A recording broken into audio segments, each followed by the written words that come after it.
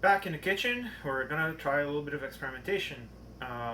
The idea is we want to take a look at souring. Now, souring is usually a relatively long process.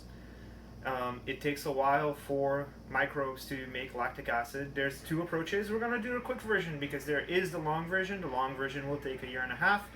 So that's a little bit longer than the course we have. Um, so I may show you some results from that in a different video, but for the time being, we'll try and look at the short version. So the interesting thing about souring comes about from the fact that you're introducing some microbe into your beer that is making lactic acid. So what are the microbes that make lactic acid?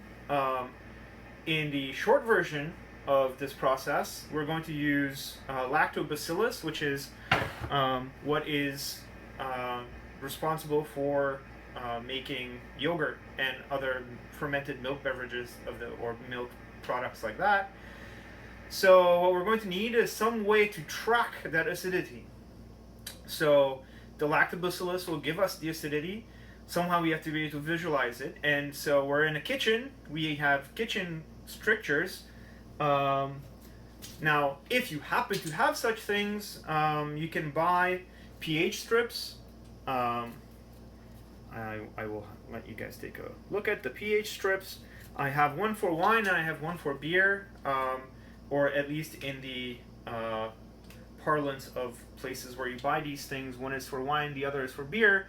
In reality, one of these is pH 4.6 to 6.2, the other one is 2.0 to 4.4. The lower pH one is for wine, the higher pH one is for beer. But in our particular circumstance, we're actually going to use something else because that's somewhat specialized gear. We want to make sure that other people can replicate this at home if they want to. So the thing that we're going to use is red cabbage. Red cabbage has a molecule in it called anthocyanin. Well, it's a class of molecules called anthocyanins that turn different colors at different pHs, and hopefully we can use that to track the acidity of our beer. Now, again, because I want to make this quick and dirty, rather than make an actual beer, I'm just going to use sugar. I might replicate this whole process to see if I can, use maybe malt extract instead of sugar for some of it, just to see what the results will be. But that's for starters. We'll extract some anthocyanin from red cabbage, portion it out into separate samples, add some amount of sugar to them, and then watch the pH change over time. And you're about to witness this. We are going to try to do the lab just in case any of you are not able to do this souring exercise at home. We will try and replicate it here for you. We'll see how well this goes. You can see my camera rig is perhaps not the most perfect, but I think it will be fine. So this is a little bit cobbled together. This is an emergency last minute buy apple cheddar mix from Target. You'll notice that that is not just red cabbage. There's a bunch of other stuff in there, so we're gonna have to be selective about exactly how we handle this. I'm sure we can get red cabbage material out of this anyway. We've got two different types of what's that stuff? Yogurt. I have my handy dandy bread yeast, active dry, and we've got some jars hanging around for storage. So hopefully we can extract some anthocyanins, use that as a pH indicator, and then turn that into various kinds of beer substitute and test to see if we can see some souring action. So first things first, we gotta dig through our apple cheddar chopped salad kit.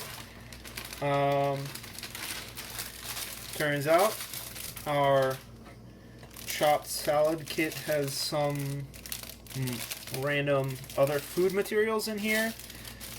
That's stuff that we don't need. I'm sure I can eat this later, so this is gonna go back in the fridge. The rest of this, you can see this is all just different kinds of salad material, so I don't think it's gonna matter over much exactly whether I sort it out or not. So I'm just gonna go ahead, grab some water. So here's my liter of water. We're gonna transfer. I picked hot water mainly because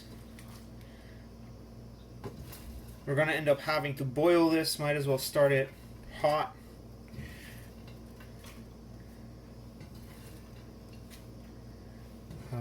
I'm a fan of making this whole process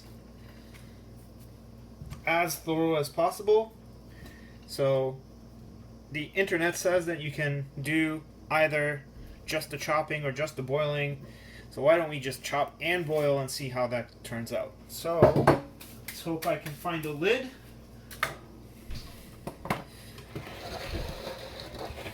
Here's your exercise in will it blend for today. If I turn it on now, I'll spray water everywhere, so let's not do that. Here's your next loud part.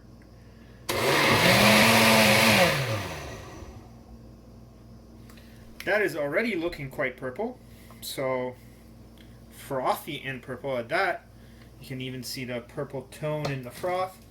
Let's see if we can get some camera work here. You can see that it's in fact already quite purple.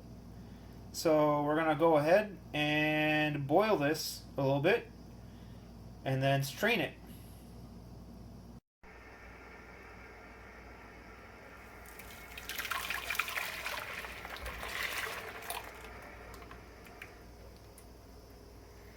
Actually, if you look, it's hard to see, but you can see the little bit of bluish purple tint even to that spill of water.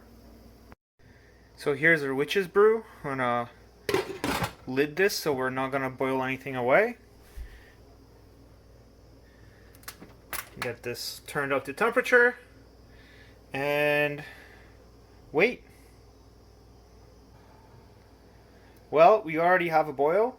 You see it's actually getting quite green. I'm gonna turn the heat off here and let this cool back down some, and we will see what we get out in the end. You can see some reassuring purple around the edges, so hopefully we didn't get too much chlorophyll and we get lots of anthocyanins, and we'll get our nice color changing liquids.